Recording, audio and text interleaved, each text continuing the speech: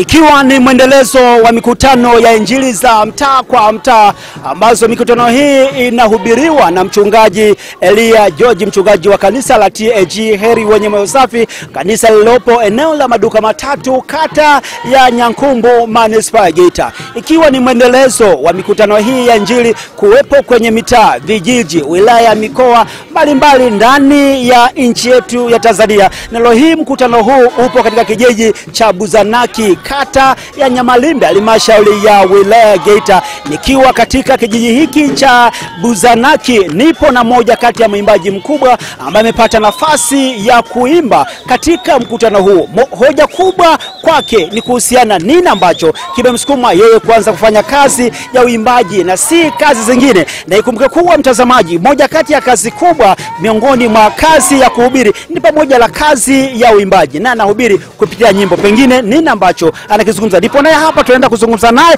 nini ambacho kilimsukuma. Karibu sana. Kwa majina, ukianza kujitambulisha kwanza tufahamu nini ambacho kilikusukuma wewe kufanya kazi ya kuhubiri kwa njia ya uimbaji. Karibu kwa majina. Kwa majina yangu naitwa Ebeneza James. Napenda kumshukuru Mungu kwa kunipa kibali hiki kufika mahali hapa kwenye mkutano huu. Namshukuru sana Mungu. Na tufahamu, huyu ambaye anakutazama anataka kwanza apate historia yako kwa ufupi. Nini ambacho kilikusukuma wewe ukaingia kwenye huduma ya uimbaji? Tuseme tu ni Mungu. Mungu alinichagua kwa ajili ya kumtumikia. Moyo ukanisukuma ili nilete neno lake, nilitume neno lake katika mataifa, watu wapate kuokolewa. Nyimbo ambazo naimba, na leo hii tumeona kwamba kwenye mkutano huu wa Buzanaki umepata nafasi ya kuhudumu, umeimba. Tufahamu kwanza, nyimbo ambazo unazimba nani anakutungia? Natunga mwenyewe. Kutunga wimbo inakuchukulia muda gani? Kama siku nzima. Huwa natumia siku nzima.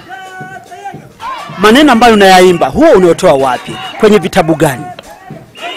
Kuna mengine wanatoa kwenye Zaburi, mengine Timotheo.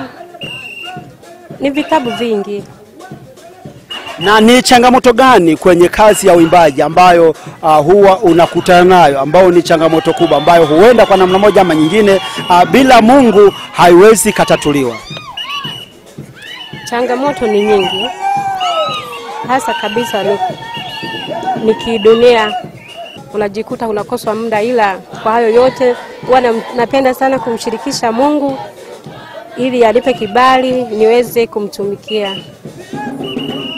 Na kutokana na changamoto hizo, pengine kwenye kazi ya uimbaji, maeneo ambayo umekuwa ukitoa huduma ya uimbaji, hali ya mapokeo, mwitikio wakati unaimba, hali ikoje?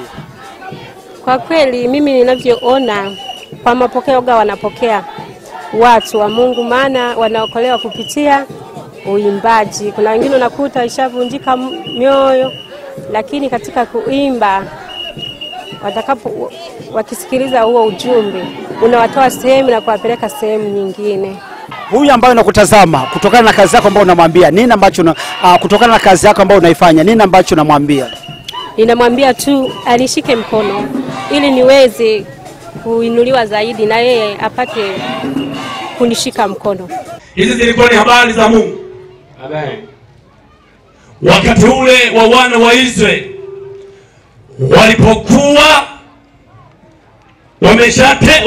wametekwa katika nchi ya Misri. Na ninapozungumzia habari ya kutekwa, kila mmoja anajua kuna watu akishatekwa, maisha anayoenda kuyaishi sehemu ya kule alikotekwa wanaanza kumoperate wao wenyewe. Shukrani sana kwako wewe ambaye unaendelea kufuatilia taarifa mbalimbali kuhusiana na mikutano ya injili za mtaa kwa mtaa zinazohubiriwa na mchungaji Elia George, mchungaji wa kanisa la TAG Heri Wenye Moyo Safi. Mimi sina la ziada. Nyuma ya kamera yupo Hans Media. Mimi ni Kale Chongela.